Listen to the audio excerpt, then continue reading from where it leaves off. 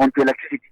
What he means is that households are likely to diversify their expenditure by buying charcoal or maybe getting firewood from somewhere to use instead of rely on electricity that is sourced from thermal energy.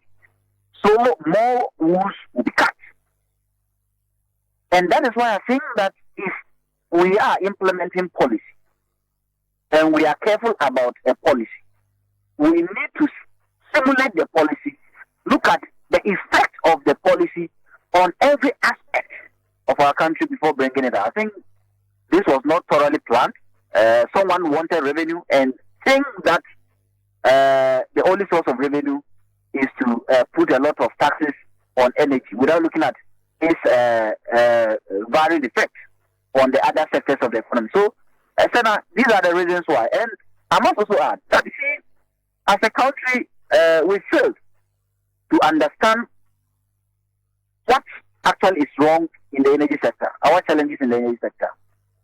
The energy sector is not suffering of debt because of lower tariffs. I've told you earlier that Ghana is one of the most expensive, or the country with one of the most expensive tariffs in Africa. If you compare ourselves to Cote d'Ivoire, we are higher. Even our neighbors Togo, we are higher. If you compare to ourselves like South Africa, we are far, far higher.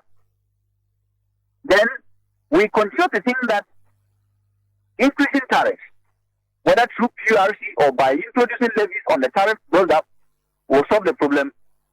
It is not true. It is not going to solve the problem. It's rather going to compound the problem. The problem lies within the structure of ECG. The problem lies within the structure of government in terms of signing PPA contracts. The problem lies within the central government's unpreparedness to solve this crisis once and for all. I think that these are the key areas that if we want to solve the debt in the energy sector, we should put a lot of energies into and not continue to build Ghanaians and industries to poverty and to shutdowns.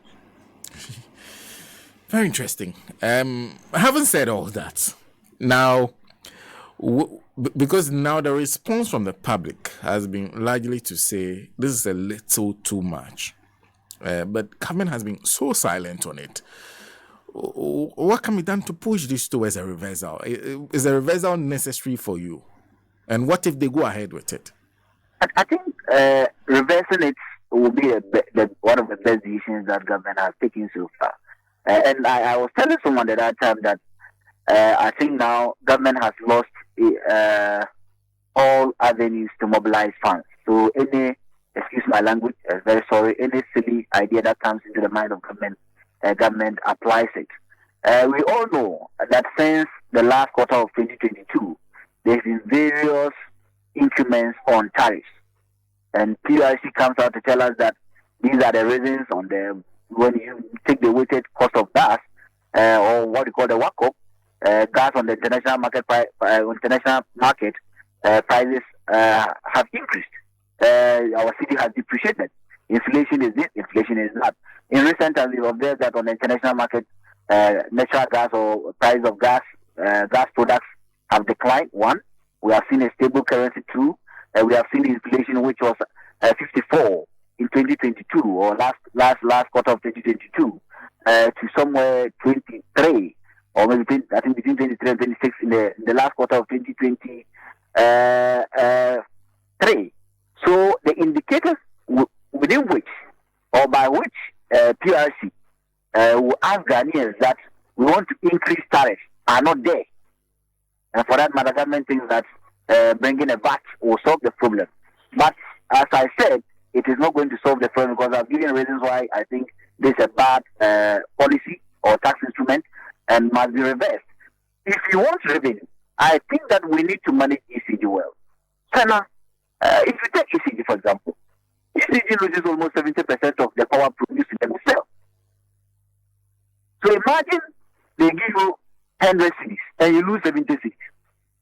It doesn't matter the amount of money you collect from consumers. You need to fix your own structure. Why should ECG be losing 70% of power produced or sold to them? What are the challenges there? Why don't you want to solve that particular problem? What are the technical inefficiencies at ECG? What KPIs do we give ECG every year? Even if they have even a long-term plan of 5 years, what KPIs do we give them? That by 5 years, a company that loses 70% of power sold to them, what are they putting in place to resolve this once and for all? That is where our interest must be. Now, the second interest is that if we, as a country, goes into signing PPAs or gas off-taker agreements, what do we look at? What is our interest? Is it a national interest or a private benefit or a private interest? Even if it's going to be a private interest against the social interest or the national interest, how do we balance the two to make sure that we achieve an optimum benefit? Whereby even you, the private person, being a government person or an MP, a minister, or whoever who is going to benefit, how do you balance your benefit against that of the societal benefit on national bill, so that at the end of the day, you are not worse off and the state is also not worse off? But most of our ministers go into signing some of these PPAs looking at their private interests against that of state. And for that matter, sign contracts that continue to incur debt on our books. It is something that at a point in time, we must find solution to it. If there's going to be a law within which we say ministers are not supposed to sign PPA contracts above a threshold, if it's going to be even what we normally term as take or pay, you must sign within a framework that allows certain opportunity or window to escape from certain debts that may accrue due to the contract you signed. Right? Now, the last part I must also add is that the president has communicated to ECG that ECG, when you receive revenue, there is a system called cash waterfall mechanism. This system allows, or this framework allows you to pay recurrent debt, because already the old debt, which we normally call historical debt or legacy debt, are being put in the budget as an energy sector shortfall. For example, in 2024, we are looking at paying the energy sector debt shortfall of about 17 billion Ghana cedis. Right, so that is what is in the budget. Being a historical debt, the Minister of Finance and maybe the energy are putting heads together to offset or service these debts. Now, the daily debts that are coming up are caused by ECG. And the challenge is that the ECG has not complied with most of the statements put out by the president, or most of the positions stated by the president out there, that ECG comply with the cash waterfall mechanism. ECG decides that when the money falls into the accounts, after deducting other revenues that are not through tariffs, ECG may supply the money and uses the money for other things. Right? And for that matter, category B, within the cash waterfall mechanism, are in debt. ECG owes them. So today, VRA is failing because ECG is not paying recurrent debt or new debt. Debt are piling up at VRA. GRIDCO is facing challenges, and one of the reasons why recently we are observing or experiencing intermittent outages is the obsolete infrastructure of GRIDCO. Because ECG is not paying their debt, government thinks that GRIDCO is its own company, so if ECG doesn't pay, no problem.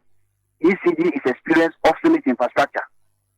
And for that matter, at any point in time when the load is over, it casts off itself. That is true. Today, Ghana National Gas Company is paying because Ghana National Gas Company Limited is in category B. And ECG decides that they will not pay Ghana National Gas Company Limited what is due them.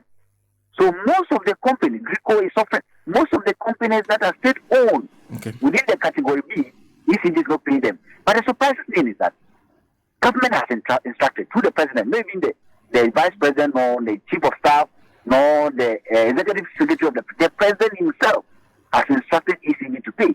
But ECG refuses to pay, and the president has not found any reason to sack the ECG executive. I think that in other jurisdictions, right, where state works, the ECG gentleman shouldn't have been at post or wouldn't be at post as I'm speaking to you. Okay. Mr. Nsiah, thank you very much for speaking to us. Thank you too. All right.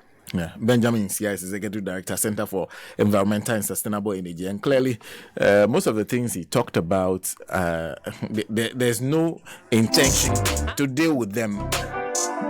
But did you know that MTN Momo now has an app? Yes, MTN Momo has a